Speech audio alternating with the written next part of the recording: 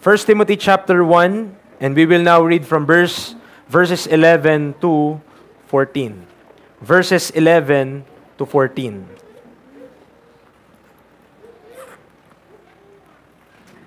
Diyan na po kayo? If you're there, tayo po ay sabay-sabay, basahin po natin. Verse 11, ready, read. According to the glorious gospel of the blessed God, which was committed to my trust. And I thank Christ Jesus our Lord, who hath enabled me, for that He counted me faithful, putting me into the ministry, who was before a blasphemer, and a persecutor, and injurious. But I obtained mercy, because I did it ignorantly in unbelief. And the grace of our Lord was exceeding abundant with faith and love, which is in Christ Jesus. Tayo po ay manalangin. Our gracious Heavenly Father, thank you so much for this day. Salamat po sa mga tao pong idinako niyo sa lugar na ito patuloy, sa mga mananampalataya na nais pong makakain ng inyong banal salita. I-bless niyo nga po kami this morning. Lord, be with us, be with our meeting, be with our service. I hope and pray that we are not doing this in vain, that we are not just performing through the flesh, but actually worshiping God in spirit and in truth. Remind each and every one of us the importance of having a church, of being here. And also, for the message, ikaw po ang mag-bless. May you open the eyes of understanding of each believer, and to those who have not yet trusted in Christ, that they may find Christ, the Savior, personal Savior in their own lives. Salamat po sa biyaya niyo po sa aming lahat. Kayo po ang mag-glorify sa amin pong gagawin. Maraming salamat po in Christ I may pray. Amen and amen. You may be seated. Thank you.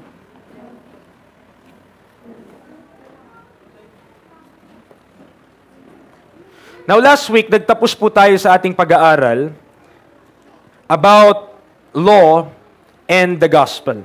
And we see the relationship of the law, yung relasyon ng batas of Moses, the law of Moses, with the gospel, the glorious gospel that is presented to us by the Apostle Paul.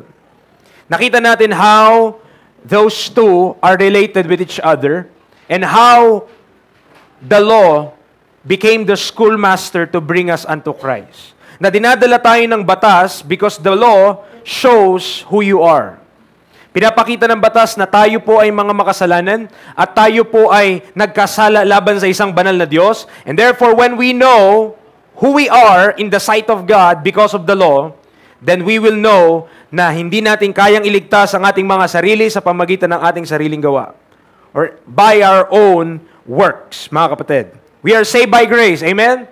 Ibig sabihin, it is not of our own, it is not our own works, it is the work of Jesus Christ, who paid for our sins. Now, in verse 11, nagtapos tayo dun sa according to the glorious gospel of the blessed God, at di natin na bigyan ng tuon or pansin yung which was committed to my trust. Because for the sake of the message last time, I have to cut it short. Okay? But this morning, mga kapatid, dun tayo magsisimula. Which was committed to my trust. Please know na yung gospel na pinapangaral po natin, mga kapatid, ay wala pong iba na pinagbilinan noon kundi si Apostle Pablo. The Apostle Paul received that message by revelation. Okay? Punta tayo ng Galatians chapter 1. Galatians chapter 1. He received that message by revelation, meaning to say, before him, nobody preaches that message. Bago po siya, wala pong nangangaral ng ganun pong mensahe. Walang nangangaral na ang tao ay maliligtas nang walang halong gawa, na wala siyang gagawin, kundi magnanampalataya lang siya sa Panginoong Hesukristo, sapagkat ang pinapangaral nila Apostle Peter, Matthew, and all the apostles, they're preaching the gospel of the kingdom. That's a different gospel than the glorious gospel that we are discussing in 1 Timothy chapter 1. In Galatians chapter 1, tignan niyo po, sabi niya, verse number 11. Galatians 1, verse number 11. Remember, this is God's word. Although Paul wrote this, pero the author of the scripture is none other than the Holy Ghost. Therefore, kung ano nakasulat po dito, this is absolutely true. You don't need to argue about it. You need to believe it by faith. Ang sabi niya in verse number 11, but I certify you, brethren, that the gospel which was preached of me is not after man. Anong ibig sabihin niya nung not after man? Verse 12, for I neither receive it of man, hindi ko ito natanggap sa tao. Yung gospel na pinapangaral ko, hindi ko to natanggap sa tao. Paano mo nalaman, Paul? Neither was I taught it, but by the revelation of Jesus Christ. Meaning to say, nobody, hindi si Peter, hindi si Philip, hindi si Matthew, hindi si John, nobody among them taught Paul about this gospel na tinuturo ni Apostle Paul. So, ibig sabihin, bago yan kay Apostle Paul, yes, it's a revelation from Jesus Christ. Okay? There is a shift, mga kapatid, in God's dealing. Kaya po, pag pinilit natin na ang pinapangaral ni Apostle Pablo ay walang pinagkaiba sa pinapangaral nila Peter and the other apostles, the result of that doctrine will be mixture. Kaya po, doon tayo makakapakinig na para maligtas ka, gagawin mo yung repent and be baptized for the remission of sins. Why? That is the preaching of Peter and the apostles. Yun po yung pinapangaral nila. Mali ba yung pinapangaral nila? No. During that time, that is the right thing to preach. Pero because there is a change, Christ already died, was buried, and rose again from the dead, there must be a change. Amen. At gustong ipakita ng Diyos sa atin, 2 Corinthians chapter 6. 2 Corinthians chapter 6. The best time to be saved is today, mga kapatid. Kung nabubuhay ka ng panahon ni Abraham, kung nabubuhay ka ng panahon ni Moses, kung nabubuhay ka ng panahon ni David, there's no other time better time to be saved than right now. Amen. Dahil ang kaligtasan po natin, you don't need to add to it, hindi mo kailangang gumawa ng kahit na ano, you just need to believe on Christ. And that message, mga kaibigan, mga kapatid, is only learned through the Apostle Paul. Sa pamamagitan niya, 2 Corinthians chapter 6, verse number 2. Ano pong sabi ni Paul? For he saith, I have heard thee in a time accepted, and in the day of salvation have I succored thee. Behold, now is the accepted time. Behold, now is the day of salvation. Amen. Sa panahon pong ito, this is the day of salvation. Walang ibang panahon. Dahil kapag ang church, when the church is caught up to be with Christ forever and ever, the world will be now in the tribulation period. That is not the day of salvation. That is the day of wrath. That's different from the day of salvation. You should realize how we should be grateful to our God dahil ang panahon po natin ngayon, we are so blessed with His grace na kahit sinong tao coming from a worse background could be saved by the grace of God. That's how powerful and that's how different the message of the glorious gospel is to the gospel of the kingdom back then. So kailangan ma-realize po natin that there is a difference, mga kapatid. There is actually a difference in God's dealing with His people. Especially, nung panahon nila Peter, iba po yung mensahe na dala-dala nila. But please, ito po ang wag nating iaalis sa ating isipan. Peter and Paul doesn't preach different Jesus. They preach the same Jesus. They preach the same Christ. Saan lang sila nagkakaiba? Sa content kung paano nila pinresenta si Kristo. Because for Apostle Peter and the disciples, they present Christ through the covenant. Kaya po under the law sila. And the nation of Israel in the future will still be under the law. Kaya lang new covenant na yun. Tayo po mga kapatid, we are not under the new covenant. We are not under the old covenant. We are under grace. That's different. So when we preach Christ by grace through faith, walang works. When they preach Christ, you need to repent of your sins para sa future, yung kasalanan nila, mariremit. Sabi ng Book of Acts. Nakita po natin, there's a fine distinction between the two. But they are preaching the same Jesus. One preached Jesus according to prophecy. The other preaches Jesus according to the revelation of the mystery. Nakita niyo po? Hindi nila pinapangaral ibang Kristo or magkaibang Kristo. It's the same Jesus. But it's a different application for a different type of people. Amen. Nandiyan pa po kayo? Bakit mahalaga yon? For, sinabi ko nga kanina po, if you will believe that all throughout the scripture, there's only a singular gospel. Ibig sabihin, isa lang yung mensahe na pinapangaral. Simula na kay Adan hanggang sa panahon natin ngayon, hanggang sa tribulation period, naloko na kapatid. You will preach that you need to maintain your salvation. Why? Kailangan mong idepensa yon dahil yun ang nakalagay sa salita ng Diyos. You need to defend the doctrine na kung ang tao ay tunay na ligtas, then dapat nakikita ito sa kanyang buhay. It is a necessary addition or a necessary component of your gospel. But if you will rightly divide the gospel of Paul from the other teachings in the Word of God, you will see that the gospel that Paul is teaching is the gospel of the grace of God. At yung grace ng Panginoon na yon, you will not need to do anything but solely trust in Christ. Solely believe on Him. Yun po yung kahalagahan nun. Akala ng iba, masyado tayong mapili, masyado tayong pihikan tungkol sa bagay na yon, at parang choosy na choosy tayo sa ating ituturo. Mga kapatid, no. There's a deep reason involved. Dahil kung ihahalo mo ang lahat ng katuruan, ihahalo mo, yun ang sinasabi ni Paul na perverted gospel.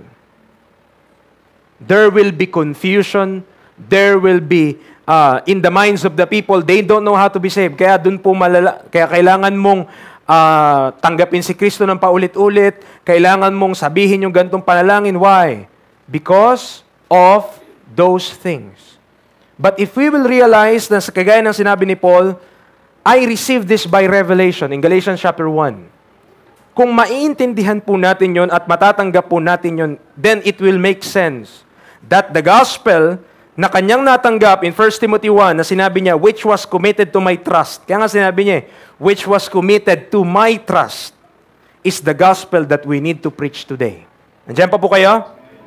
Okay, so those are just dispensational details. Kung hindi mo masyado naintindihan yon, you just need to study more. Amen. By and by, maintindihan natin, hindi masama na maging ignorant on some of those things. Masama lang, forever kang ignorant. Okay? It's good to learn the book. Amen. So verse number 12, tignan po natin 1 Timothy 1. Balik tayo sa ating text.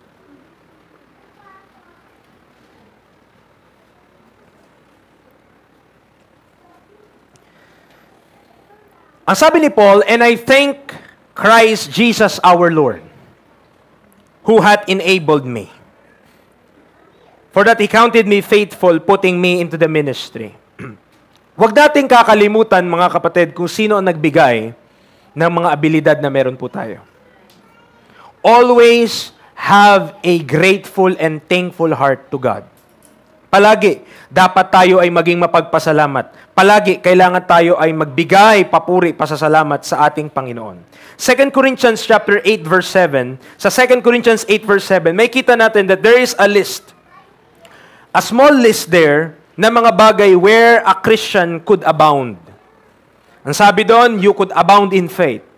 Ang sabi doon, you could abound in utterance. Ang sabi doon, you could abound in knowledge. Ang sabi doon, you could abound in diligence. Sabi doon, you could abound in love, and also you could abound in giving. So, binigay nung list na yon yung mga things na pwede kang mag-abound. Ibig sabihin, pwede kang, masasabi natin, dumami o lumawak yung mga ganun ka. Yung pananampalataya, mas lalong lumalim, mas lalo kang maraming alam sa pananampalataya, sa pagsasalita ng salita ng Diyos, ikaw ay nagkakaroon ng kakayanan, abilidad na ganun. Ang tinuturo ng talata na yon, lahat po ng mga bagay na yon, faith, utterance, knowledge, diligence, love, ang sabi ng talata, those are graces. Nandiyan po kayo? Those are graces. Ibig sabihin, those are things na binigay sa'yo that you don't deserve. Kung lumalalim ka sa pananampalataya, kung dumadami ang alam mo sa salita ng Diyos, don't think at huwag ka magmamayabang. Grace yun ng Panginoon sa'yo. If you are learning, if you are going deep sa iyong pananampalataya, don't pop up, don't have a heady mind, mga kapatid. You are, ang Diyos ay graceful sa'yo. Binigay niya sa'yo yung mga grace na yun. Purihin ang Diyos. But don't ever come to the point to say, na I deserve this or I deserve that. Don't be entitled. Because all of this was God's grace. In the first place, we don't deserve salvation. We don't deserve na maligtas mula sa ating mga kasalanan. We don't deserve na maalis tayo from the impending doom that will come to us in hell. Hindi natin deserve ang mga bagay na yun. And yet, God in His mercy and God in His grace saved us. Amen. So we should be thankful. Hindi dapat tayo entitled sa mga bagay na yun. Let us acknowledge God's enablement. Kaya natin nagagawa yon because kagaya ni Paul sa verse number 12, Who hath enabled me? Sino nagbigay sa'yo ng kakayanan? Sino nagbigay sa'yo ng ability? God. Kaya lang naman maganda yung awit na yan dahil sa akin eh. Kaya lang naman maayos yan dahil sa akin eh. Remember, it's God's enablement in each and every believer. Kaya tayo may magagawa para sa Panginoon, kaya natin may exercise yung gifts na meron tayo, it's because of God's grace. It's only because of God's grace, mga kapatid. It's not because of who we are, it's not because dahil tayo mas matalino, tayo mas masipag, mga kapatid. All of those, remember, ito po yung sinasabi ni Paul, and I thank Christ Jesus our Lord who hath enabled me. Naniniwala po ba kayo, it is God who gives you the ability to smile? Bakit di ka nakasmile?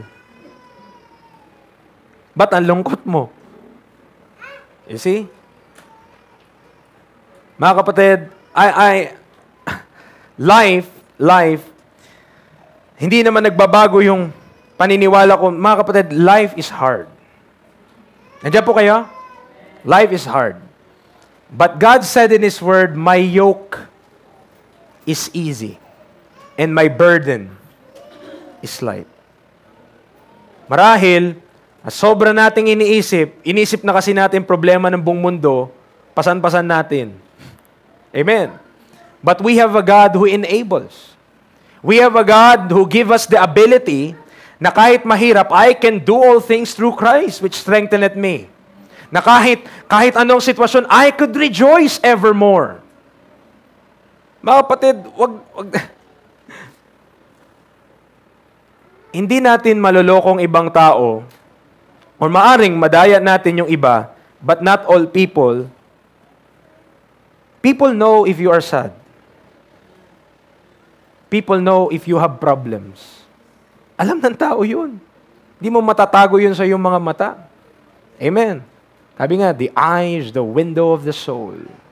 So, may kita mo kung ano talaga yung status sa isang tao sa mata niya. Papaano. Mga kapatid, the only thing that I could say to you, God enables. God enables. Kung nahirapan ka, God enables. He's the one who gives the ability to do things. Amen. But, tingnan natin ang sabi niya ng verse number 12, hindi lamang nagpasalamat si Apostle Paul. Hindi lamang siya nagpasalamat sa ating Panginoong Hesukristo na nag-enable sa kanya, na nagbigay sa kanya ng abilidad, kundi, tingnan natin verse number 12, sabi niya, for that He counted me faithful, putting me into the ministry.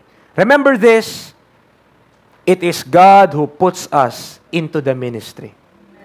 Hindi tayo yung naglagay sa sarili natin sa ministry. It is God who puts us here. And it is God's desire for us to be here. Siya yung may kagustuhan na tayo ay mailagay dito, tayo ma-install dito, tayo ay ma-put dito into the ministry. Now, we should be thankful about that at wag nating isipin that the ministry dahil nandito tayo, na tayo ay magmamayabang. Mga kapatid, this is a privilege. This is a privilege. It is so wonderful to realize how blessed we are that our partner, listen, na ang kasama natin, partner natin sa endeavor na to ay ang Diyos mismo. Sa 1 Corinthians chapter 3 verse 9, tignan niyo po. 1 Corinthians chapter 3 verse 9. So, kanina pa ako salita, no? Hindi ko pa nilagay yung title. Baka iba kasi sa inyo, hindi nakakapagsimula ng notes kapag walang title. Man, hindi ako makapag-notes, preacher. Bakit naman? Wala kang title eh. Hindi ko may mga ganun eh. Hindi makapagsimula ng notes kapag walang title. 1 Timothy 1:11 to 14. Okay. Yan. Mercy and ministry.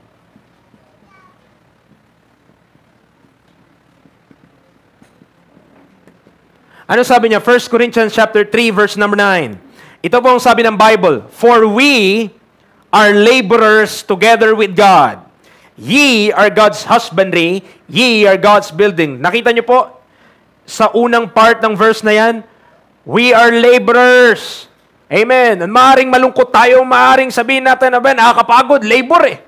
No? Sino ba nag-labor ng bahay na hindi napagod? Na nagtatrabaho, nagpapala, labor. Tama?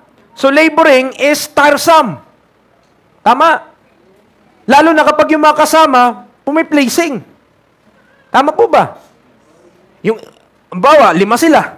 Lahat, pare-pares lang naman silang labor. Pare-pares silang trabaho. Isa pala, yung isang sipag-sipag. Iba sasabihin pa, uy, huwag ka masyadong masipag. O bakit naman? Mabilis matatapos yung trabaho natin. Hindi tayo makakasahod niya ng mahaba. Kailangan, bagalan lang natin. O, di ba? May ganyan. Ibig sabihin lang, sa laboring, kapag hindi kayo sabay-sabay ng effort, yung isa napapagod, yung iba hindi. Pero mga kapatid, ang maganda sa ating paglilingkod sa Panginoon, maaaring isipin mo yung ibang kasama natin sa church, parang walang ginagawa. Parang tinatamad.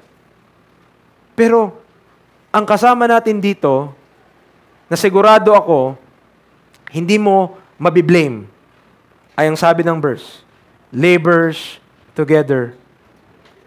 Hindi niya sinabing of God eh. Galing ng Diyos, no? Hindi niya sinabing, trabahador ko kayo. Ang sabi ng Diyos, magkasama tayo. Laborers together with God. Laborers together with God. Kaya minsan mga kapatid, kapag nag-aakay tayo ng kaluluwa, minsan hirap na hirap tayo. Minsan iniisip natin, ginawa na natin lahat para ma-invite sila sa church. Ginawa na natin lahat para sila ay makapakinig ng gospel. Ayaw pa rin nila. Napoprostrate na tayo sa ating sarili. Ano bang mali sa akin? Mali ba yung pagsasalita ko? Mali ba yung pag-aakay ko? Mali ba yung pag-witness ko? Saan ba ako nagkakamali, Lord? Gusto ko maintindihan nyo mga kapatid that God is with us. Amen! Tandaan mo kapag nahirapan ka, ang Diyos ang katulong mo. Marahil hindi pa. Tatanim ka kasi. Kung gusto mong umani agad, munggo. Pero kung mangga yung yung buto na yun, matagal yun. Hindi mo nakikita, pero baka may ugat na yun paunti-unti. At kapag umusbong yun, dun lang yung bunga nun, kapag lumaki pa. Ganun po ang pagtatanim pagdating sa ministry ng Panginoon, mga kapatid. It's not always an immediate result. Wag natin always kapag, preacher, kamusta kapatid, sister, brad, bakit parang ang lungkot mo? Preacher, ginawa ko na yung lahat para makapag-akay, ginawa ko na yung lahat para makapag-soul winning, ginawa ko na yung lahat para mawitnessan yung kapitbahay namin, kakilala ko, ganto-ganto. Walang nangyayari, preacher, di talaga effective yun eh. Kapatid dito,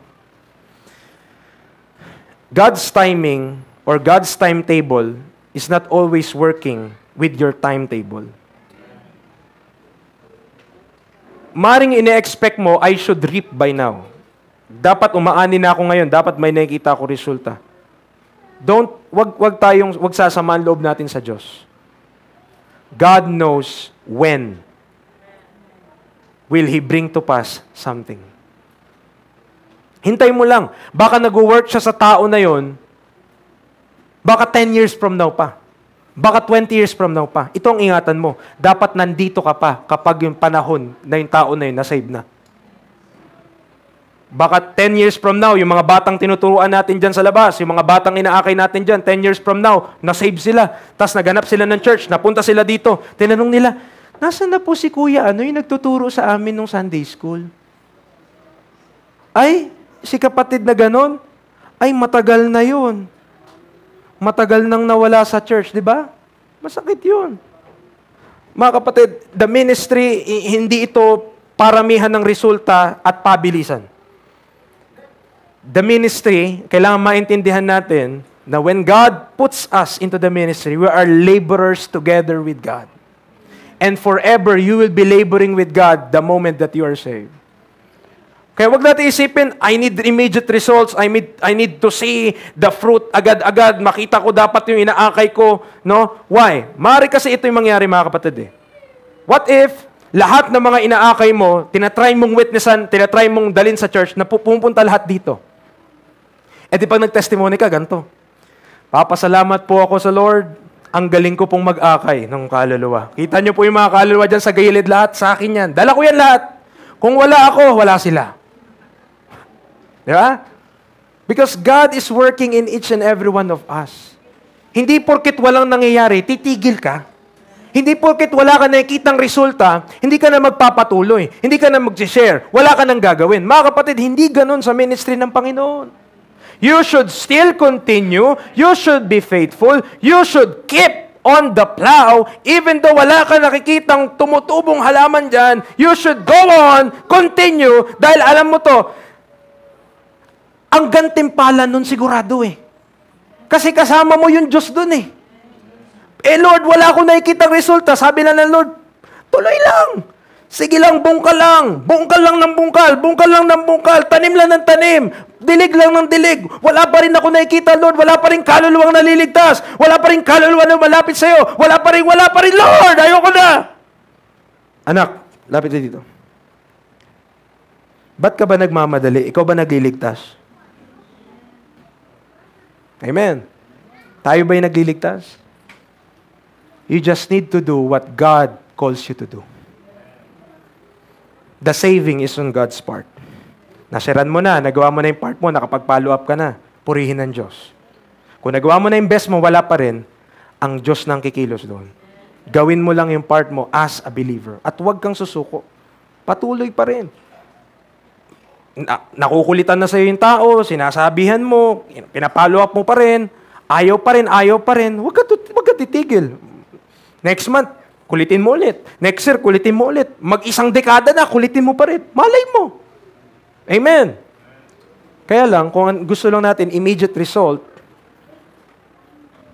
that is not how the ministry operates. Sometimes, immediate results, pwede tayong ma-pop up at pwede tayong maging complacent o magpakampante tayo kapag may nakita tayo agad na resulta.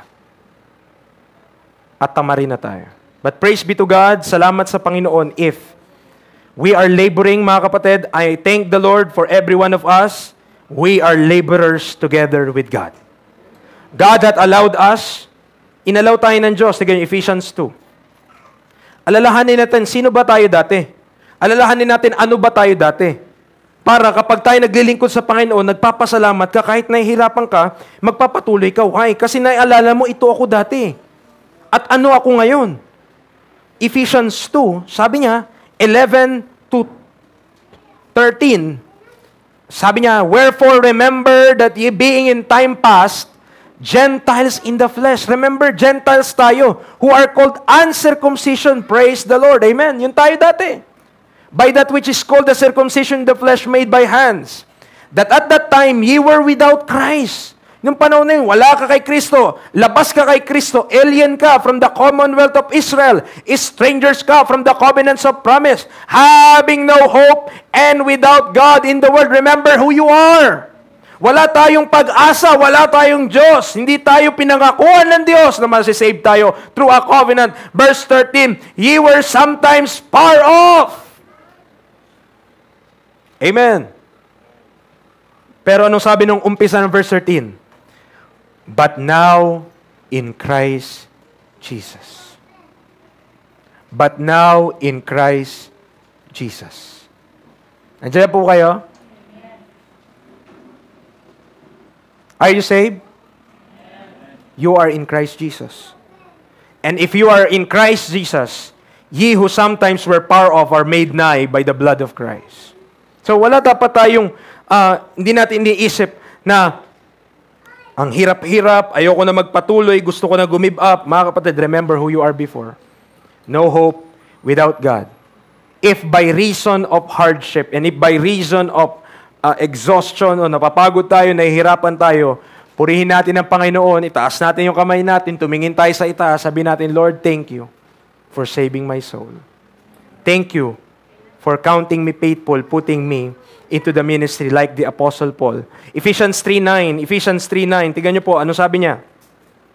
And to make all men see what is the fellowship of the mystery, which from the beginning of the world had been hid in God, who created all things by Jesus Christ. Verse 10, to the intent that now unto the principalities and powers in heavenly places might be known by the church the manifold wisdom of God.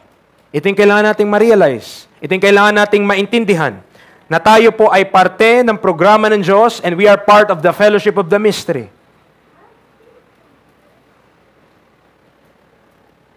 1 Corinthians 4.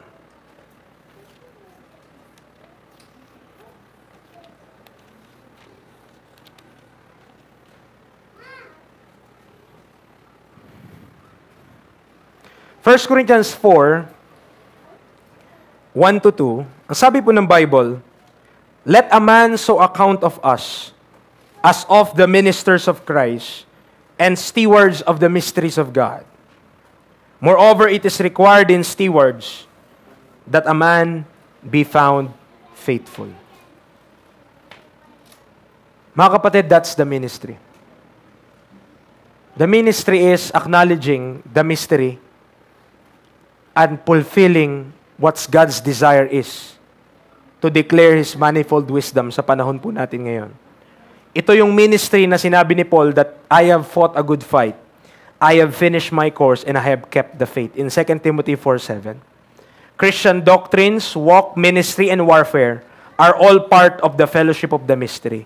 Lahat yun parte po ng fellowship of the mystery. Doktrina, paano tayo mamuhay, paano tayo magministeryo sa ibang tao, paano tayo makipagbaka bilang mga ligtas, parte yun lahat ng mystery. Understanding the mystery, 1 Timothy 3, ang pag-unawa po sa mystery ay parte o requirement ng pagiging minister. 1 Timothy 3:9.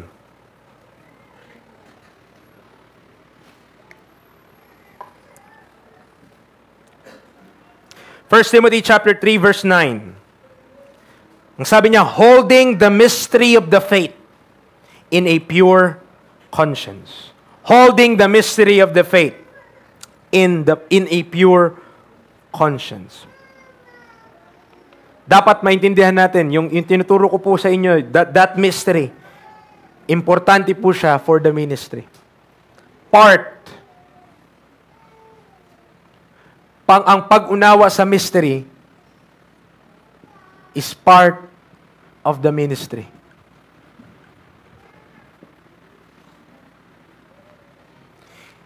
Kung tayo mga mananampalataya, we just understand kung ano tong word na to, na ni-reveal din kay Apostle Paul, which sabi ng Ephesians 3, tinago from ages and from generations, but is now manifest to His saints.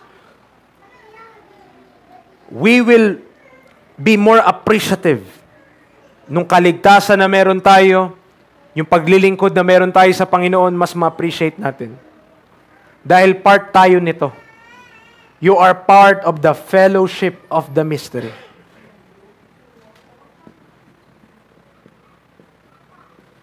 But by and by, mga kapatid, by and by, I hope you will understand what's the mystery. Because the mystery, yung pang-unawa doon, that makes you a good minister. That puts you in the right direction. You will know what you will do. You will know what to preach. You will know what to teach. You will know how to walk as a Christian because of that doctrine. Because of those body of truths. Now ito po. Hindi lahat tinawag na maging pastor. Amen? Hindi lahat tinawag na maging preacher. Amen? Now, pero, gusto ko po sabihin sa inyo, merong tatlong ministry na lahat ng ligtas, ministry mo to. Okay, nandiyan na po kayo. Hindi lahat tinawag mag-preach. Unang-una, ang mga ladies, hindi tinawag mag-preach. Amen. Hindi sinabi doon na hindi kayo dapat mag-share. Iba yon. Yung sinasabing preach, mga kapatid, sa pulpito, sa mixed multitude, hindi kayo tinawag doon. Okay? Maliwanag po ba? Ay, sabi ni preacher sa amin nung linggo, di daw kami mag-preach. Dapat di na kami mag-share. Mali ang napakinggan mo. Hindi yun ang ibig sabihin nun. Okay? In a mixed multitude, lalo na in a church setting, in a service, you are not called to preach. Yan ay maliwanag sa Word of God. Amen. Pero you have, every one of us, meron tayong tatlong ministry. Kung hindi mo alam na may ministry ka, ipapaalam ko sa iyo ngayong umaga, meron kang ministry. Tatlo pa. Richard naman, gusto ko isa lang ministry ko. Ito, tatlo to. Tatlo. At nasa salita ng Diyos, na yung tatlong ministry na to, ay dapat mong i-fulfill. Okay? Dapat mong pagtrabahuan, dapat kang maglingkod for these three types of ministries. Nandiyan po kayo? Madali lang itong maalala. Bakit? Tatlong letter E lang to eh. Tatlong letter E. Okay? Number 1, bibigay ko muna bago natin i-explain lahat. Exalt the Savior.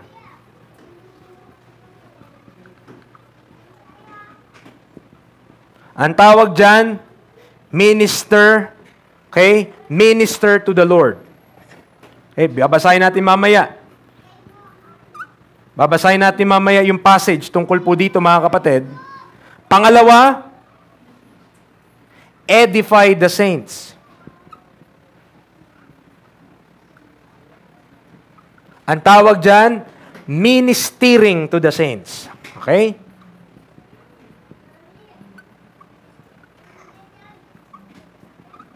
At pangatlo, mukhang alam nyo na yung pangatlo, evangelize the sinners.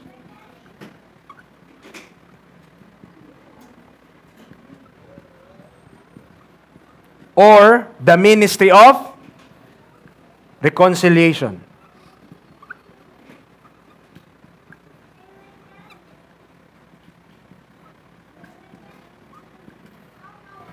Diyan pa po kayo?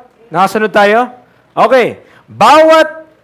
Bawat isang save, bawat isang tao na sumampalataya kay Kristo Jesus ay parte or merong ministry na dapat gampanan. Una ay sa Panginoon, pangalawa ay sa kapatiran, pangatlo ay sa mga lost people who don't know Christ. Kaya wag mo sasabihin, ay, sila lang yun dyan sa ministry. Mga kapatid, kung save ka, ministry mo to. Lahat ng ligtas. Kung kiniklaim mo ang sarili mo na ikaw ay saved, you have a ministry to fulfill. Maybe that ministry is not like the ministry of a pastor or a ministry of a preacher, but these three ministries, bawat ligtas, it's your ministry. It's our ministry. Okay, una, minister to the Lord. Acts 13 verse 2.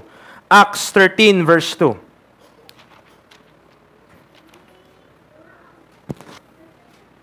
Ang sabi dito, as they ministered to the Lord and fasted, the Holy Ghost said, separate me Barnabas and Saul for the work whereunto I have called them. So pakinggan nyo ito mga kapatid. Remember si Mary and Martha, when Jesus Christ ay nandoon sa bahay nila, ano ginagawa ni Martha? She was cumbered about with much serving. Abala siya, hindi natin alam, nagluluto siguro siya, nag-aasikaso sa bahay, kung ano-anong kanyang ginagawa. Pero si Mary, ang sabi ng Panginoon, Mary had chosen that good part. And what is that good part? Listening to God's Word. Listening to Jesus Christ. Amen. Mga kapatid, exalting the Savior in our lives, ministering to the Lord, kailangan naglalaan tayo ng panahon na kausapin tayo ng Panginoon. Give time to listen to the Word of God. Don't think na itong ginagawa natin ngayon, ito ay parte ng isang religious service. Be serious about these things. Amen. This is God's Word that we are studying right now. Hindi po ito salita ng tao, hindi ito salita ng politiko, hindi ito salita ng governor, ng mayor, ng councilor. Amen. Pag nakinig ka nito, walang ayuda. Pag nakinig ka nito, walang 500, walang 1K, walang 2K. But I am giving to you, what I am ministering to you is the unsearchable riches of Christ. Mga kapatid, maybe, hindi ka yayaman, mga kapatid, sa pakikinig mo dito. But let me tell you, there is more things more important than money in this world. And that is God's Word. Man shall not live by bread alone, but by every word that proceeded out of the mouth of God. Amen! Dapat bigyan nating halaga yung salita ng Diyos. We are excited about politicians. We're excited about the things of this world. We're excited about reputations. But in God's Word, we are so downtrodden. Tayo'y palang, para tayong patay. Mga kapatid, it should not be like that. Amen. Dapat sa salita ng Diyos tayo excited. Amen. Why? Ang mundo na to ang nakaka-depress. Why? Maraming problema, maraming stress, maraming pressure. Pero sa Panginoon, my yoke is easy and my burden is light. Praise God. Hindi natin naiintindihan that in God, mas mabuti ang buhay natin kaysa sa sanlibutan.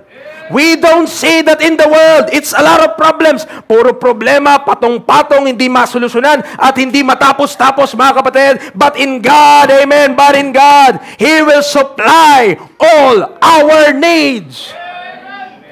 But you don't really believe that. We don't believe those things. Amen. Even though in church, you are thinking about your problems. Even though in church, iniisip mo, yung mga bilihin, yung mga bayarin, yung mga utang, mga kapatid, sabi nga ng KitKat, have a break, mga kapatid. Have a break. In church, mga kapatid, iwanan mo muna silang lahat dahil hindi mo naman sila masusolusyonan habang iniisip mo yan dito. Amen. What you need to do is to focus to the Lord, minister to the Lord, speak to me, speak to me, help me in my situation. Amen. Because God can help us. Siya lang ang makakatulong sa atin. Siya lang ang makaka-identify ng ating pangangailangan. Siya lang ang nakakaalam kung ano ang pinakakailangan natin more than we know or more than we could think of. God is a God who could supply and understand us, who knows who we are, who knows our frame. Alam niya tayo, kilala niya tayo sa kaibauturan natin, sa mga hindi natin pinapakita sa ibang tao na ugali natin. Alam ng Diyos yan. And God could help you whatever situation you are in. Let me tell you that. Ako, maaaring hindi kita matulungan, but my God could help you. Amen. Our God will help us sa lahat ng sitwasyon natin. Don't ever think that na ang Diyos, hindi niya kayang abutin yung pangangailangan mo. Ang Diyos, para lang siya dyan sa mga salita niya, para lang dyan sa mga verses, pero sa pangangailangan namin, sa pamilya namin, hindi niya kami matutulungan. Sino nagsabi? Amen. Sino nagsabi that in your own personal problems and private problems, the Lord could not help? Amen. But have you tried na paniwalaan yung sinasabi niya muna before giving excuses, a lot of excuses to Him? Have you tried na, ano bang sabi mo, Lord? Ano bang nakalagay sa salita mo? Sabi mo, be careful for nothing. Ba't problema ako lagi? Ba't punong-puno ako ng alaala? Bakit alalahanin ko patong-patong? Sabi mo nga, be careful for nothing. Ba't ang lungkot-lungkot ko? Ang sabi mo, rejoice evermore. Bakit wala ako kapayapaan? Sabi mo, in the peace of God which passes understanding shall keep your hearts and minds which is in Christ Jesus. Bakit wala ako ng mga yun? Sabi ng Diyos sa'yo, wala kang pananampalataya, anak, di ka naniniwala sa akin. You are leaning on your own understanding. Ang sabi ng Bible, trust in the Lord with all your heart and lean not unto your own understanding. The problem with us is we don't trust in the Lord. Tapos iiyak tayo sa Panginoon, Lord, dami ko pong problema, Panginoon, dami ko pong Lord, di ko na kaya, di ko na. Sabi ng Lord sa'yo, anak, have you tried to trust in me? Amen. Nandiyan pa po kayo? Ang problema sa atin, mga kapatid, ang Diyos ang last resort natin. Kapag naubos mo na lahat ng kaya mong gawin, lahat ng lakas natin, nabigay na natin sa isang problema, nabigay natin lahat, pigang-piga na tayo, sabi natin, Lord, hindi ko na po kaya ang sitwasyon ko, Panginoon. Sobrang hirap na. Sabi ng Lord sa'yo, tinatry mo kasing solusyonan ng sarili mong lakas. Trust in the Lord with all thine heart and lean not unto thine own understanding. Panginoon, tinry ko naman na magtiwala sa iyo All thine heart. Pag nagtiwala ka sa aking anak, 20% lang eh. Tama? Pag nagtiwala ka sa aking anak, partial heart lang. Hindi mo binibigay yung whole heart mo. Hindi yung buong sarili mo pinagkakatiwala mo sa akin. You are just giving your half-heartedness to me. But what God is demanding, mga kapatid, or what God is requesting to His children is to trust Him fully. Full trust. Amen. Full trust in the Lord. Minister to the Lord. Listen to God. Amen. Maraming sinasabi yung ibang tao, maraming opinion yung maraming tao, maraming advice yung maraming mga tao. Meron sa radyo, meron sa TV, meron sa kapitbahay, meron sa... Lahat, ang dami nilang sinasabi. Tinry mo na lahat. Gumanda ba ang buhay mo? Umayos ka ba? Hindi. Pero sinasabi ng Panginoon, ilang beses na sinasabi sa atin, ilang beses na dinedeclare sa atin, ilang beses na pinipreach sa atin, na try mo ba? Na magtiwala tayo sa Panginoon at sabihin natin, parang pag kinumpara mo yung sarili mo sa sinasabi ng Diyos, sabi niya, kailangan rejoice evermore. Dapat lagi kang maligaya. Teka. Sabi niya, be careful for nothing. Ba't ang dami kong alalahanin? Sabi niya, in the peace of God. Pero wala akong peace. Bakit iba? The difference nung Word of God sa atin, sa sitwasyon natin ngayon, the only difference is faith. That's the difference. Para maging ito ka, para maging ito yung realidad ng ating buhay, mga kapatid, ang kailangan mo lang, sampalatayanan ng Diyos. Sampalatayanan siya. Mga kapatid, let us trust the Lord. Hindi niya tayo pinangakuan na tayo ay yayaman dito sa sanlibutan. But God promised na may peace siyang ibibigay sa'yo, which the world could never give, which the world could never provide. And if right now, even ngayon, wala sa iyo yan, may problema sa pananampalataya mo, you are not trusting in the Lord. We are not trusting in the Lord. Amen. Tulungan tayo ng Panginoon. God help us. At paano natin maintindihan mga bagay na to when we minister to the Lord? Ang dami natin ginagawa, kagaya ni Martha, abalang-abala tayo sa maraming bagay. Minsan, kailangan mo lang pumirmi, magbasa ng Bible, makinig ng preaching, pumunta sa church, buksan mong iyong mga tenga, listen to God's Word. And the Lord, may mga times, He will give you the answer to your problems. Sa pamamagitan nun. Akala natin, kapag ginalingan natin sa buhay or binigay natin lahat-lahat natin, that all will be fine and well, mga kapatid. But without faith, it is impossible to please Him. For he that cometh to God must believe that He is, and He is a rewarder of them that diligently seek Him. If we will not believe in God, if we will be doubtful of God, He will not help you. He will effectively work in them that believe. Amen. Nandiyan pa po kayo? So minister to the Lord. Exalt the Savior. It's not always na kailangan may ginagawa ka o napapagod ka sa ministry o napapagod ka sa buhay, mga kapatid. Dedicate a time na gusto mo lang mag-worship sa Panginoon. Nakausapin lang natin ang Panginoon silently, personally. Commune with Him. Treat God as a real person. Hindi parang genie, mga kapatid, na parang kinukuskus lang natin. Itrato natin ng Diyos na totoong tao, totoong persona siya, na nakakausap siya. Na pwede mo siyang kausapin, pwede mong sabihan ng mga problema mo, pwede mong sabihan ng lahat ng mga dala-dala mo. God could help us in those situations because He is God. Amen. Exalt the Savior. That's your ministry. That's my ministry. Kahit po ang preacher, mga kapatid, kahit po mismo ang preacher, kailangan din namin ng time, silent time with God, to talk to Him. Na kami mismo, mag-aaral ng Word of God, babasahin namin na ang Diyos ang nangungusap sa amin, kailangan namin yun. Amen. Ministry, nakakapagod. Ministry, labor talaga siya. But praise be to God, you need rest. Amen. Most of the time. Minsan, sa sobrang dami natin ginagawa sa buhay, na-overwhelm na tayo sa mga problema, sa work, sa school, lahat-lahat na, patong-patong. Pag sa Panginoon ang binibigay niya, rest. Sa choir nga, kahapon, devotion namin, di ba? And God rested on the seventh day. Kung ang Diyos nga nagpahinga. Amen. Di naman siya pagod, pero nagpahinga siya. Amen. Because He had finished His work in those 6 days. Nandiyan pa po kayo? Praise the Lord. Pangalawa, mga kapatid, not just to exalt the Savior, but also we have a responsibility, a ministry, sa iba nating kapatid sa pananampalataya o sa mga kapatid natin sa pananampalataya. Ministering to the saints. 2 Corinthians chapter 8.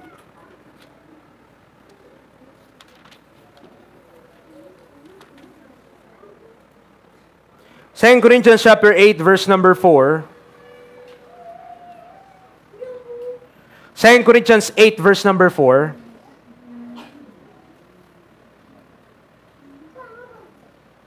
Praying us with much entreaty that we would receive the gift and take upon us the fellowship of the ministering to the saints. Romans 14:19, Romans 14:19.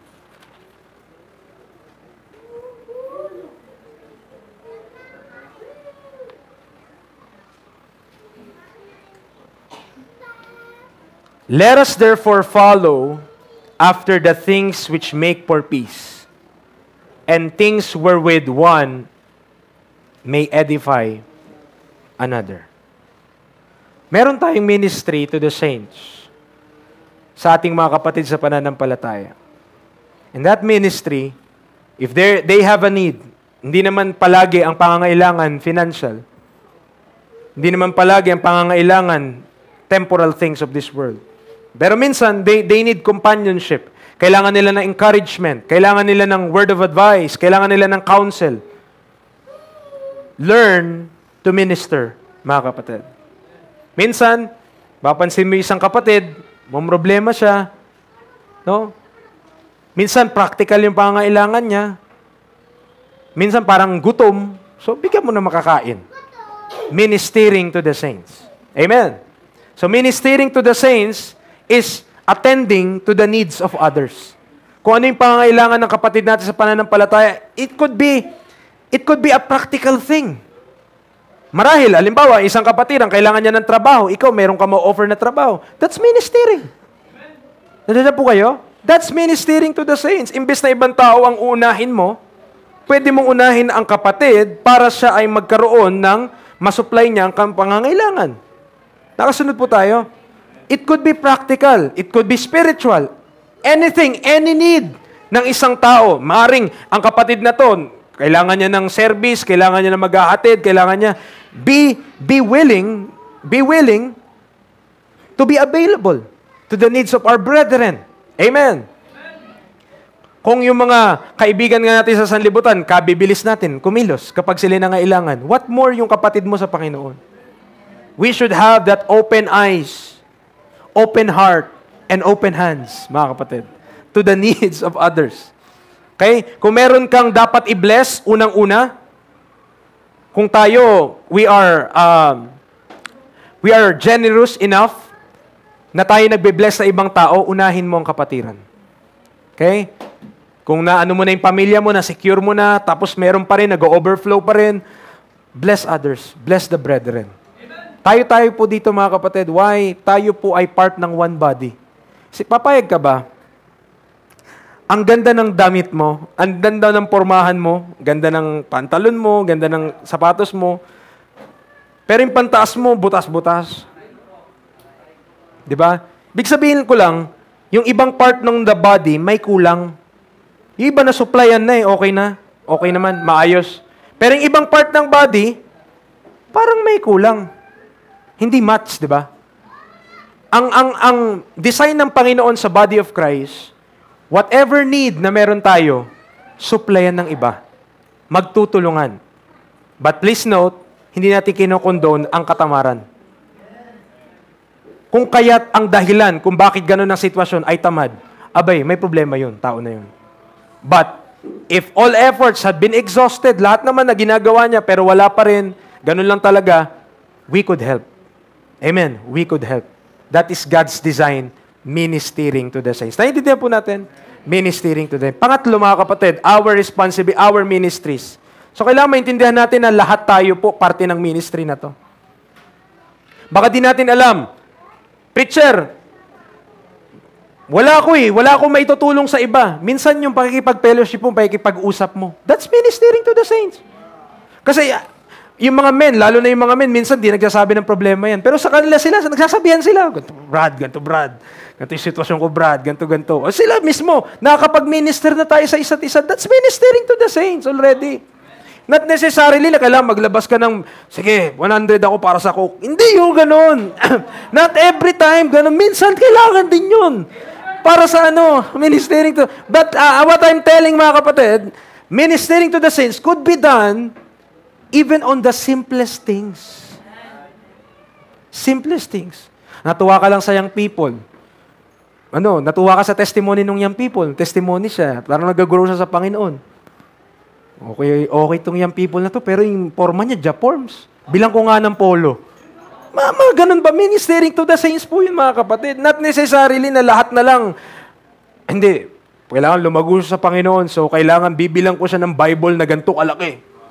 Para talagang faithful siya. Yung pati mga tao, tatakbo sa kanya kasi parang parang witchcraft book. Ang laki. No? Hindi po. So, ministering to the saints, mga kapatid, even on the simplest way. Dahil naniniwala ko, each and every one of us, sabi ko nga kanina, binigyan tayo ng Lord ng grace. Tama? Binigay sa iyo yung grace na yon. That grace is a gift. God gave those things to you not for yourself, but for others. Halimbawa ako, binigyan ako ni Lord ng grace na magsalita, mag-preach. Para ba sa akin to? Para ba sa akin? Hindi. Binigay niya to sa akin para sa inyo. For the benefit of others.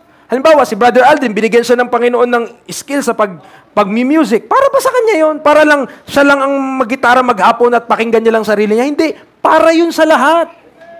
When God gave a gift, when God gave a grace sa isang tao, that is for the benefit of others. And by the way, hindi po gift ang pagchichismis ha. Hindi gift yun. Gusto ko lang sabihin, hindi gift yun. Ay, preacher, ang gift ko is special. Ano yun, kapatid? Kaya kong imarites lahat. Ay, hindi po yun gift. Sin yun, sin. Okay, it's not a gift, it's sin. Kailangan itigil yun. Alright. Nandiyan po kayo? Pangatlo mga kapatid, ito po, evangelize the sinners. Ministry of reconciliation. 2 Corinthians 5:18. 2 Corinthians 5, verse number 18.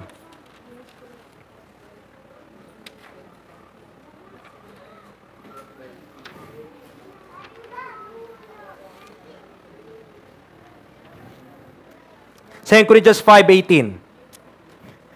And all things are of God, who hath reconciled us to himself by Jesus Christ, and hath given to us. Preacher, di naman ako kasama dyan sa binigyan niyan eh. Na-reconcile ka ba by Jesus Christ? Oo. Edi ikaw yung us. Okay? Hath given to us the ministry of reconciliation. Ang binigyan ng ministry of reconciliation ay yung mga reconciled na. Yung mga nakipagkasundo na sa Diyos. Yung mga nakipagbati na sa Diyos. Yung mga natanggap na ng Diyos. Ibig sabihin, kung ikaw yun, meron ka ding ministry. At ang ministry na yun, ipagkasundo din ng ibang tao na hindi pa nakipagkasundo sa Diyos. Ang maganda nga sa Diyos, hindi na ikaw yung aabot sa Kanya. Siya na yung umabot. Paniniwalaan mo na lang yung ginawa niya para sa iyo. Paniniwalaan mo na lang yung ginawa ni Kristo na siya'y nagbayad ng ating mga kasalanan. Ano pa mang pinapagawa niya sa iyo? Wala na. Just believe what He did and He will save your soul. At mga kapatid, that's our ministry. Ministry of reconciliation. Marahil, iba-iba tayo ng pamamaraan how to fulfill that. Maring street preaching, maraming pagbibigay ng tracts, maring personal witnessing. Kahit ano pa yan, mga kapatid, just do the ministry of reconciliation. Amen. Natin alam, iba-iba eh. May mga pamamaraan na informal, may mga pamamaraan na hindi typical. Okay? Gusto nyo i-try yung mga yung mga funeral attack witnessing. Oh, pero hindi mo naman kaano-ano yung patay. Huwag naman tayong ganyan, okay? So, ang point lang natin, mga kapatid, anyway na ma-fulfill natin to, basta't tama, basta't glorifying sa Panginoon, let us fulfill our ministries. Tandaan po natin lahat tayo may ministry. Ministry mo to. Angkinin mo sa sarili mo. Di ba yung mga nagne-networking? Di ba? Claim it! Claim it! Claim it!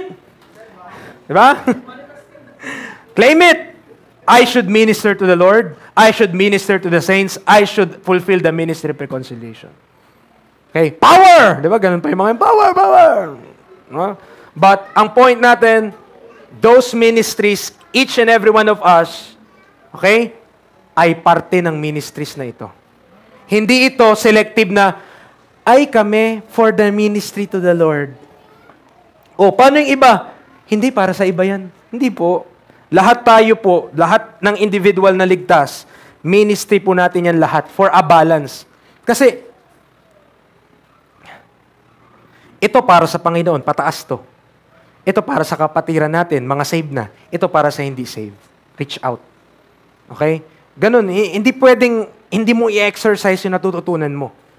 Ano bang mga bagay yun na may minister mo sa Panginoon, natututunan mo, pinapaunawa niya rin sa'yo, kailangan i-share mo sa iba, mga saved, and also, i-share mo yung gospel sa mga hindi saved. Nakakasunod po tayo? Naintindihan natin? If you are saved, please know this. You are saved to function within the body. You have a supply which you only have because God hath enabled you. Naalala nyo last week, parang isang oras lang tayo. Tama? I-plus natin yung oras last time. Alright, 1 Timothy 1. Okay, para kung naghubad kayo ng sapatos, huwag nyo munang isuot. 1 Timothy 1. Praise the Lord, no? Natapos natin verse number 12. 2 verse na lang. Madali lang eh. Ang dali lang. 11, tapos na. Oh, verse 13. Okay, ito po. Who was before a blasphemer and a persecutor and injurious, but I obtained mercy because I did it ignorantly in unbelief. Underlinean nyo po sa Bible nyo yung who was before. Who was before? Anong pumipigil sa atin? Ano ang humahad lang sa atin para hindi ihakbang yung ating paa at lumapit sa Panginoon? Yung past ba natin? Does your past cripples your willingness to be used of Him? Kaya ayaw mong ibigay yung lahat mo sa Panginoon? Kaya ayaw mong isurrender yung buhay mo sa Panginoon ngayon? Kahit ligtas ka na? Yung past mo ba yung pumipigil sa'yo? 1 Corinthians 6. Remember si Paul, sinasabi niya, who was before? Meron din siyang past. Hindi maganda yung past niya. Pero gusto ko ipaalala sa'yo, ito ang sinasabi ng Lord. 1 Corinthians 6. 1 Corinthians 6 verse 9 to 11. 1 Corinthians 6, verses 9 to 11. What does the Bible scripture tells us? Ang sabi ng Biblia, verse number 9, know ye not that the unrighteous shall not inherit the kingdom of God? Nandiyan pa po kayo? Be not deceived, sabi niya, neither fornicators, nor idolaters, nor adulterers, nor effeminate, nor abusers of themselves with mankind, nor thieves, nor covetous, nor drunkards, nor revilers, nor extortioners shall inherit the kingdom of God. Ngayon, if you will inspect closely yung list na yon, masasabi mo ba sarili mo na ako, may nagawa ako, at least may isa akong nagawang bagay dyan? I am guilty ng listahan na yan. I am that. Naging ako yan. Naging buhay ko yan. Ganyan yung pamumuhay ko. You became, sabi ng listahan na yan, simula verse number 9 and verse number 10, nilista niya yung mga bagay na yon. So, could we say we are guilty? Could we say, amen preacher, naging ako yon? Okay. At yan yung pumipigil sa'yo para hindi maglingkod sa Lord. At yan yung pumipigil kayo para hindi ibigay sa Kanya yung surrender, para hindi ka sumuko sa Kanya at magpagamit sa Kanya. Yan ba yung sinasabi? Yan ba yung bumabagabag sa'yo? na hindi ka pinapatulog, na wala kang peace of mind, na dahil sa mga bagay na nagawa mo, hindi ka makapaglingkod sa Diyos? Let me tell you this. This is the promise of God. Verse 11. Totoo, such were some of you. Totoo yun. Ganyan ka dati. But ye are washed. Amen? Hinugasan ka na? Ano bang sabi ng Bible? Sinangtify ka na? Ye are sanctified. Ano pa? Ye are justified in the name of the Lord Jesus and by the Spirit of our God. Ang tanong ko, mananampalataya ka ba? Are you saved? Are you a believer? Believe verse 11. Ikaw yung dati, praise God, hinugasan ka na ng Panginoon.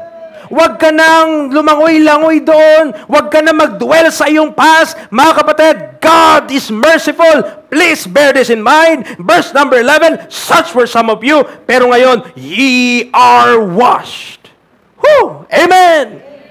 Wash ka na. Sanctified ka na. Ano pang iniintay mo? Hindi na ako magamit ni Lord. Ayaw na. Whew! Kung tao lang ang Panginoon, di ka na talaga magamit. Pero dahil siya ay Diyos, such were some of you. Such were some of us. Ako yun before, ako yun dati, tayo yun dati. Lord, ako yun, magagamit mo ba ako? Sabi niya, ikaw yun dati, pero hinugasan na kita. Pero pinawalang sala na kita. Hindi na ako madumi ako. Hinugasan na nga kita ang kulit mo Ang Lord ang naglilinis. Ang Lord ang nagsabi na siya nagpawalang sala, hindi ibang tao. Wag mong pakinggan yung sinasabi ng iba kung clear yung sinasabi ng Panginoon. Ang sabi ng Panginoon, you are justified. Ang sinabi ng Panginoon, you are washed. Ang sinabi ng Panginoon, you are sanctified. What's holding you back? Anong pumipigil sa iyo para hindi maglingkod sa Lord? Amen. What's holding us back? Our past? You are that before, but praise be to God, you are washed. Amen. Anong gusto mo? Ilang wash? 1 wash, 2 wash, 3 wash? Wala. Kahit ano pa yan. Naniniwala ko yung sabon ng Panginoon, sobrang linis, na kahit isang beses ka lang niyang niligtas, nalinis ka na, magpakailanman. Amen. Ang tanong, nananampalataya ka ba sa verse 11? Kasi kung hindi, kung magdidwell ka sa iyong past, kung si Paul magdidwell siya sa kanyang past, di na lang siya maglilingkod Bakit? Ang sama ng mga nagawa niya Ang sama. Bakit po mga kapatid? Punta tayo doon. Punta tayo sa mga nagawa niya mga kapatid. 1 Timothy 1. Tignan niyo po, who was before? Anong sabi niya? Who was before? Anong sabi ng Bible? Blasphemer. Ano pa? Persecutor. Ano pa? Injurious. Blasphemer mga kapatid. Ibig sabihin, binabastos niya ang Diyos. Yun siya dati. Preacher, Hudyo siya. Paano niya binabastos ang Diyos? Jesus Christ is the Son of God. Amen? Jesus Christ is God in the flesh. Amen? Hindi siya naniniwala, pambabastos yun sa Diyos. Hindi siya naniniwala na si Kristo ay Diyos. He is blaspheming God. And even, so si Stephen ay mamamatay, he is consenting unto his death. Meaning to say, yung nagbablaspheme sila sa Holy Ghost, si Saul pa siya nun, yung nagko-consent, ibig sabihin siya yung nag-aalaw sa kanila na gawin yun. Batuin niyo yan, tama yan. Isipin niyo, blasphemer siya. Isipin niyo, persecutor siya. Ayaw niya yung ginagawa ng church. Kinukulong niya yung mga tao. At ano pa, injurious siya. Hindi ka lang niya ikukulong, sasaktan ka pa niya. Ganyan siya. Kasi nga ano siya bulag siya sa relihiyon niya. Akala niya tama yung ginagawa niya. Pero salamat, tignan niyo po yung kasunod nun. Verse 13. Before a blasphemer, a persecutor, and injurious, but I obtained mercy. Alam niyo kung walang mercy ang Panginoon, walang sino man sa atin ang dapat mag-serve sa Panginoon. Nobody will be worthy. Wala naman talagang worthy in the first place. Sino? Wala. But praise be to God, may mercy, mga kapatid. Salamat sa Panginoon, kinahabagan niya tayo lahat, naawa siya sa ating lahat. Kaya po kahit ano pang background mo, kahit ano ka pa dati, such were some of you. But let me remind you, ye are washed. Ye are sanctified. Ye are justified in the name of the Lord Jesus Christ. Romans chapter 8. Romans chapter 8. I want to help you mga kapatid kasi maaring iba sa atin. Kaya hindi tayo makapag-all out sa Panginoon, hindi tayo makapag-full blast ng ating paglilingkod sa Panginoon ay dahil merong mga who was before na nag-hold back sa atin. Ako kasi yan, hindi na ako ganto kasi yung mga nagawa ko mga kapatid. That's who you are before. But please see yourself in Christ Jesus. Na nilinis ka na, hinugasan ka na, napatawad ka na. Patawarin mo rin ang sarili mo kung napatawad ka na ng Panginoon. Romans chapter 8. Romans 8:31 to 34. Romans 8:31 to 34. Ang sabi ng Bible, what shall we then say to these things? Nasa sa ulo po ba natin yung verse na to? If God be for us, who can be against us? Kung ang Diyos para sa iyo, sinong kontra sa iyo? He that spared not His own Son, but delivered Him up for us all, how shall He not with Him also freely give us all things? Kung si Kristo nga, hindi niya winitheld, what more? Yung mga bagay na bagay. Who shall lay anything to the charge of God's elect? Sino ang magsasabi kay Kristo na ungodly siya? Sino magsasabi kay Kristo na makasalanan siya? Sino magsasabi kay Kristo na hindi tama ang ganyang ginagawa? Wala po. Wala makakapag-lay ng charge to God's elect. It is God that justify it. Listen, verse 34. Who is he that condemneth? It is Christ that died, yea rather that is risen again, who is even at the right hand of God, who also maketh intercession for us. Kung meron man sa atin dito, hindi tayo makapag-surrender sa Panginoon, hindi tayo makapagbigay ng ating full service sa Panginoon kasi meron tayong mga bagahe on our past that we did na pumipigil sa atin. Who is he that condemneth? Sino nagko-condemn sa'yo? Maaring sarili mo na lang ang pumipigil sa'yo kaya hindi ka makapag-step forward at mapagamit yung buhay mo sa Panginoon. Kapatid, the Lord wants to use you. That's why He cleansed you. He washed you. He sanctified you. He justified you. Yun ang gusto ng Panginoon. Gusto niya, gamitin niya tayo for His purposes. Pero kung tayo, yung sarili natin, hindi natin mapatawad mismo, we could not be used. But please know, nobody ang makapag-condemn sa atin anymore if we are in Christ. Amen. Nobody. Thank God we are justified. Amen. Remember, in 2 Corinthians 1:3, hindi nyo na po kailangang buksan, He is the Father of mercies. In Romans 11:32, He have mercy upon all. In Exodus 34 verse 6, He is the Lord God, merciful and gracious. If everybody knows, kung alam lang ng lahat kung sino tayo, yung tunay na tayo mga kapatid, from past, present, and future natin, kung kilala lang tayo ng bawat isa marahil, iko-condemn na tayo. Pero merong isa who knows all and everything about us and yet chose mercy instead of condemnation. And that is God. Alam niya yung mga kasalanan mo, alam niya kung sino ka, alam niya yung mga nagawa mo, alam niya yung mga laman ng isip mo. Pero instead na i-condemn ka niya, He showed His mercy to you. That's a merciful God. Amen. Kung ang isip mo sa Diyos, ang Diyos masama, ang Diyos galit, ang Diyos, di mo pa naiintindihan, di mo pa nakikilala ang Diyos. Dahil kung maintindihan mo ang Diyos, yes, He is holy, yes, He is just, yes, He is righteous, but God is merciful. The fact that you are here right now listening to the preaching at hindi ka papatay is a testament of God's mercy sa buhay mo. You are spared. You are not yet in hell. You are not suffering the sin, yung mga ginawa mong kasalanan. Praise be to God. He is merciful sa ating lahat. He is merciful. Because sabi ng 1 Timothy 1, si Apostle Paul, but I obtained mercy because I did it ignorantly in unbelief. Di ko na masyadong i-explain yung tungkol kay Apostle Paul sa verse number 13. hindi ko po kilala kayo lahat. Hindi ko po alam lahat ng past nyo. Hindi ko po alam lahat ng mga nagawa nyo na sa buhay nyo.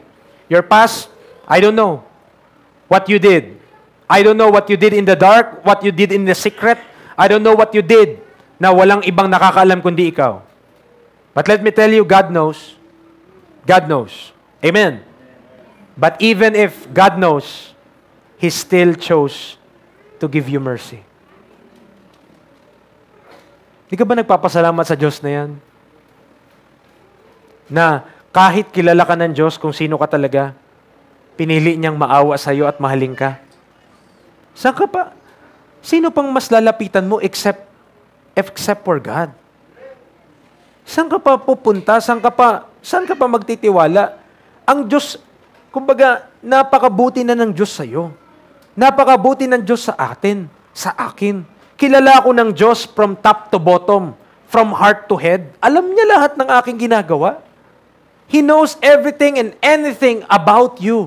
And yet, He is merciful to you. Nagawa mo yun dati, given. Nagawa mo, okay, nagawa mo. Hindi sinasabi ng Bible na okay yun. Makasalanan nga eh. Sabi nga, di ba? Nakita nga natin, kasalanan yun eh. Pero, that must be who you are before. But now ye are washed. But now ye are sanctified. But now ye are justified. Ihakbang mo na yung paa mo sa Panginoon. Paggamit mo na yung buhay mo, please. Huwag mo nang hayaan yung past mo na hilahilahin ka. Hinihila ka pa niya eh. Wala na eh. Nangyari na yun eh. Ano bang magagawa mo? Pwede mo pa bang mabago yung past mo? You know you don't. But what you could change is this present to the future na sa Panginoon na to exclusive. Hindi ko na napagamit dati. Nagkamali tayo. Mayroon tayong mga kasalanan na gawa. Okay, given. Hindi tama. Sin. Alright. Satan, ano pang gusto mo? Sabihin mo na lahat. Oh, tapos ka na. Wala, hindi ka magagamit ng Diyos. Ganto kang tao, ganto ka. Hindi ka nila kilala, kaya ganyan lang. Ano pa? Sabihin mo na lahat. Sinabi niya na lahat. Dami. Ano, hindi ako karapat-dapat? Oh, di ka talaga karapat-dapat. Huwag ka na mag-church, huwag ka na magsimba, huwag ka na magturo, huwag ka na mag-witness. Di ka karapat-dapat. Tapos ka na. Tapos ka na.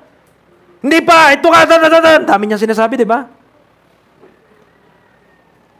Hindi ka rin matatapos. Salamat na lang. Hindi nakabase ito sa akin.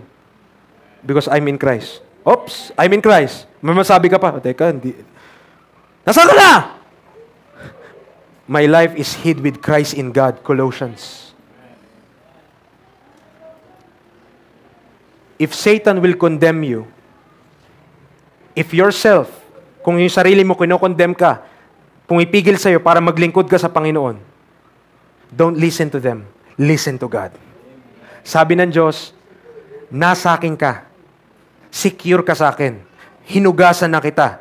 Kaya kitang gamitin. Huwag kang makinig sa other voices. Listen to God's voice. Anong pumipigil sa atin?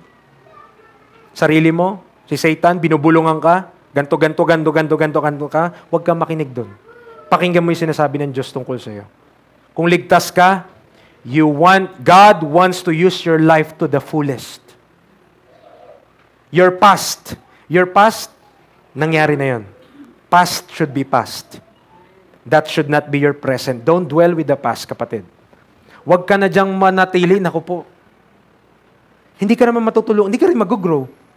Magiging anxious ka lang. Ganun lang mangyari sa'yo. Pero if you will dwell with God's Word, Lord, starting today, hindi ko na po isipin yung mga yon because I'm forgiven, I'm justified, I'm washed. Ang dapat pakialaman ko ngayon, yung present and future, na maging maayos.